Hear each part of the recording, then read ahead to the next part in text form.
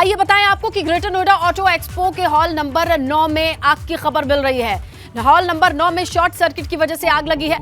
आग पर तुरंत काबू पाया गया है। हादसे के वक्त बड़ी संख्या में लोग मौजूद हैं क्योंकि आज से ही ऑटो एक्सपो आम जनता के लिए शुरू हो चुका है, लेकिन बड़ा हादसा ये टल चुका है। शॉर्ट सर्किट की वजह से हॉल नंबर 9 में आग लगी, लेकिन यहां किसी भी तरीके के नुकसान की खबर नहीं है।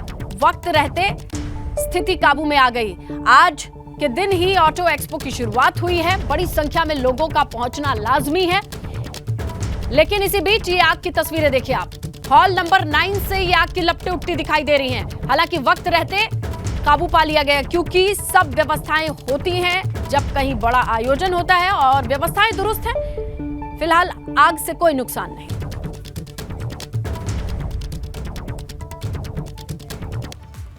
चलिए आगे बढ़ेंगे और बात करेंगे माघ मेले की। क्या आप स्टैंड अप इंडिया योजना के तहत 1 करोड़ का लोन लेकर अपना खुद का बिजनेस शुरू करना चाहते हैं? तो फ्रीडम ऐप को डाउनलोड करें और इसकी पूरी जानकारी अभी प्राप्त करें।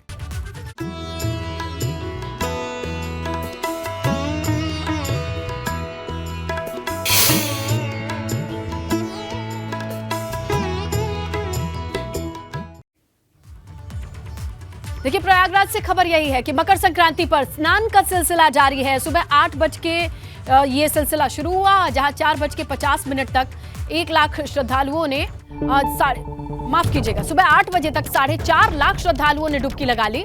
धूप बढ़ने के साथ श्रद्धालुओं की संख्या और बढ़ेगी, इस बात का अनुमान है। 14 स्नान घाटों पर सुबह से ही श्रद्धालु स्नान कर रहे हैं। इस बार 2 दिन तक मकर संक्रांति का पर्व रहेगा। ऐसे में आज की बात करें, सुबह 8 बजे तक का आंकड़ा सामने आ गया है। 4.5 लाख श्रद्धालुओं ने आस्था की डुबकी लगा ली है और बताया ये जा रहा है कि जैसे जैसे दिन बढ़ेगा और भी श्रद्धालु आएंगे, क्योंकि इस बार मकर संक्रांति पर 2 दिन लोग स्नान ध्यान करने वाले हैं।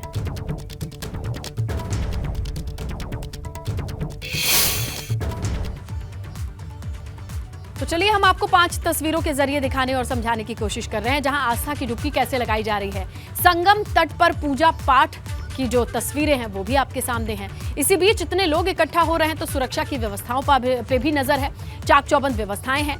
मौके पर जल पुलिस भी तैनात की गई है ताकि पानी के भीतर डुबकी लगाते वक्त किसी के डूबने या फिर परेशान होने पर मदद पहुंचाई जा सके।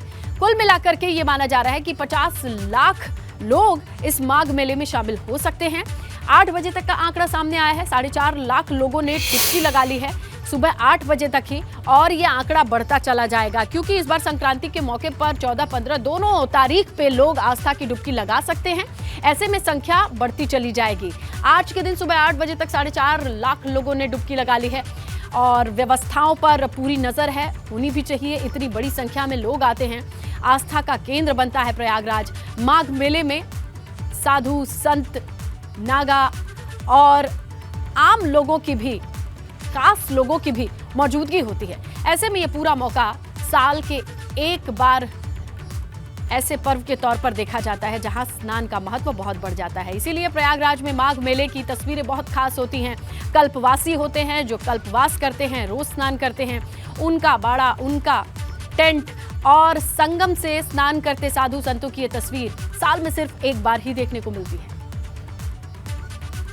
सपा नेता सुनील सिंह साजन ने 3 दिवसीय गोरखपुर महोत्सव को लेकर से सवाल उठाए। उन्होंने कहा कि महोत्सव के नाम पर सरकार जनता के करोड़ों रुपए खर्च कर रही है। इसके साथ ही उन्होंने कहा कि सपा के समय में सैफई में जो महोत्सव आयोजित होता था उसमें सरकार का नहीं बल्कि मेला समिति का पैसा होता था।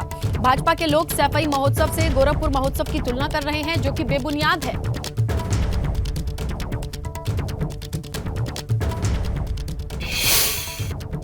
बीजेपी के नेता और बीजेपी सरकार दोनों सैफई महोत्सव को लेकर के लगातार भ्रम फैलाते हैं, क्योंकि सैफई महोत्सव सरकारी महोत्सव नहीं था।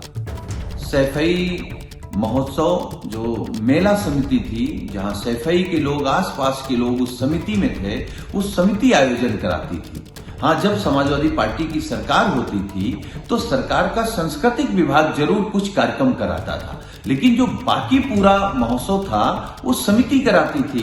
अब ये तुलना कर रहे हैं, गोरखपुर में जो पैसा सरकारी बहाया जा रहा है उस पैसे की तुलना वो सैफई से कर रहे हैं। क्या आप स्टैंड अप इंडिया योजना के तहत 1 करोड़ का लोन लेकर अपना खुद का बिजनेस शुरू करना चाहते हैं? तो फ्रीडम ऐप को डाउनलोड करें और इसकी पूरी जानकारी अभी प्राप्त करें।